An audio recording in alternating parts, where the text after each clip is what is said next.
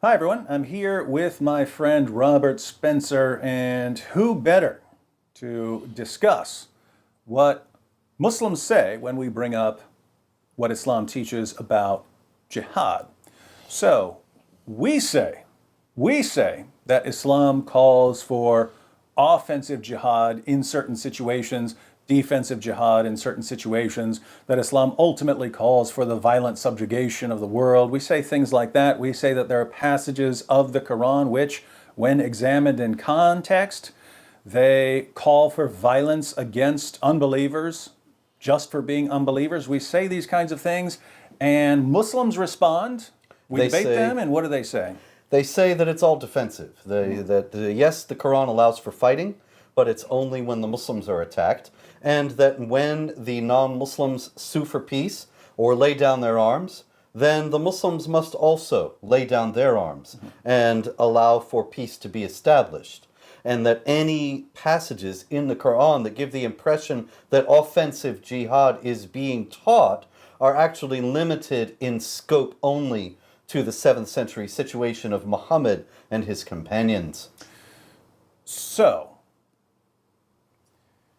this is what they say. According to them, then, if non-Muslims in an area, in a Muslim-controlled area, especially under the control of Muhammad, if non-Muslims didn't want to fight, didn't want to have any problem with the Muslim community, all they would have to do is live peacefully. And if they live peacefully, then there's not going to be any problem, right? Yes, that's right. According to the standard view of Islamic apologists in the United States, if such a group were to make clear to the Muslims that they would live in peace with the Muslims, then the Muslims are obligated to live in peace with them. You look, for example, at Surah 60, verses 8 and 9, where it says that if there is a group that is living in peace with you, then you live in peace with them, and it's just that simple. Now, of course, many Islamic exegetes would say that that's by no means the Quran's last word on Islam and jihad, but as far as Islamic apologists in the West go, it generally is. It's peace if the non-Muslims want peace. Okay, so imagine our surprise. Now, there are all kinds of passages we can go to. I'm actually picking this one because I normally don't mention it, right?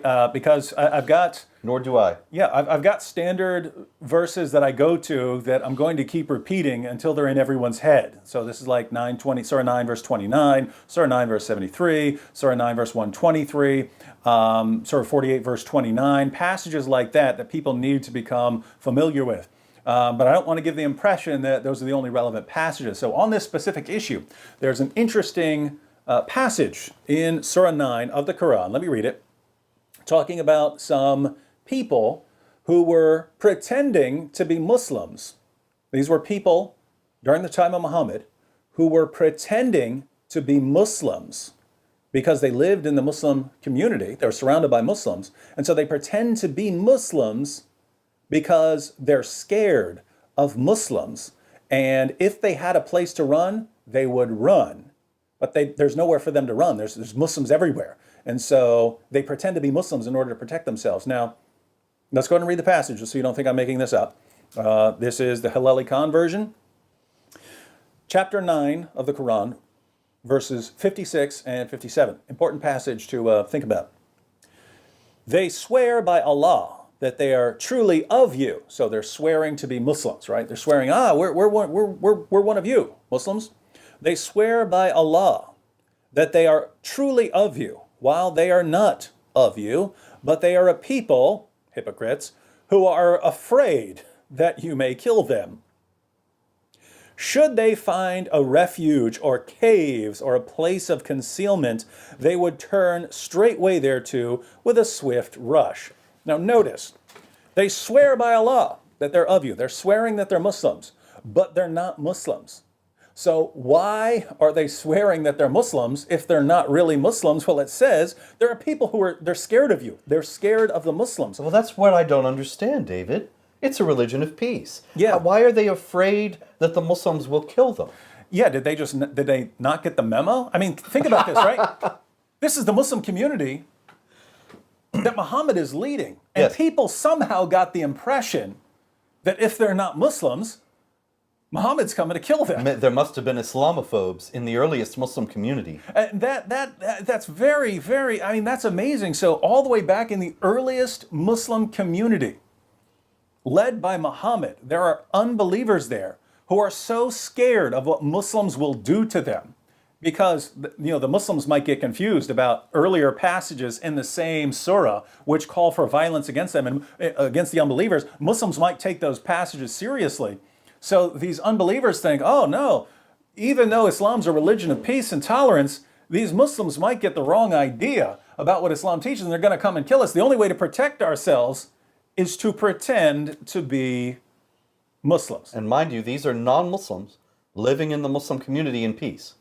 By the word of Islamic apologists in the United States today, they ought to have been able to survive, prosper, and flourish within and among the Muslim community. So if what Western Muslims say were true, right? The response in the Quran should be here, hey, here are people who are pretending to be Muslims because they're scared of you.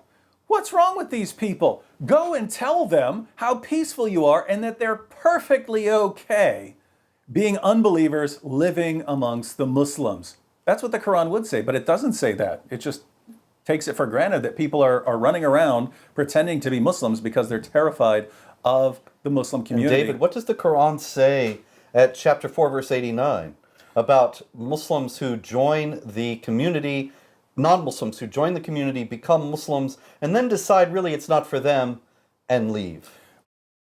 They wish that you reject faith as they have rejected faith, and thus that you all become equal like one another. So take not awliya, that's sort of friends and so on. Liege lords, protectors, those who take care of you and help you and protect your interests. So take not awliya from them till they emigrate in the way of Allah That to is, Muhammad. to come to join the Muslim community. But if they turn back from Islam, take hold of them and kill them wherever you find them, and take neither awliya nor helpers from them.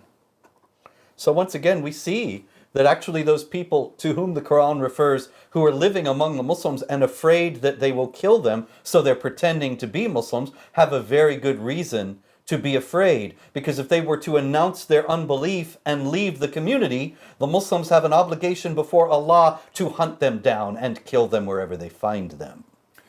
Yeah, unfortunately for these early pretend Muslims, they didn't realize something that westernized Muslims realized centuries later, 14 centuries later, namely that Allah really doesn't mean what he says when he's talking about violence, and Allah has some sort of cosmic Tourette syndrome where he blurts out all these things that he doesn't really mean, and he lost his faculties as time went on. Early on, when he's talking about peace and tolerance, he meant those things, he spoke clearly, but in his old age, apparently, Allah seems to have lost his ability to communicate clearly, and Muslims, of course, got the idea that they're supposed to violently subjugate people. Muhammad got that idea. Muhammad said that he'd been commanded to fight people until they say that there's no God but Allah. So even Muhammad misunderstood Allah's commands, and the unbelievers thought that Islam was so violent that they needed to run and hide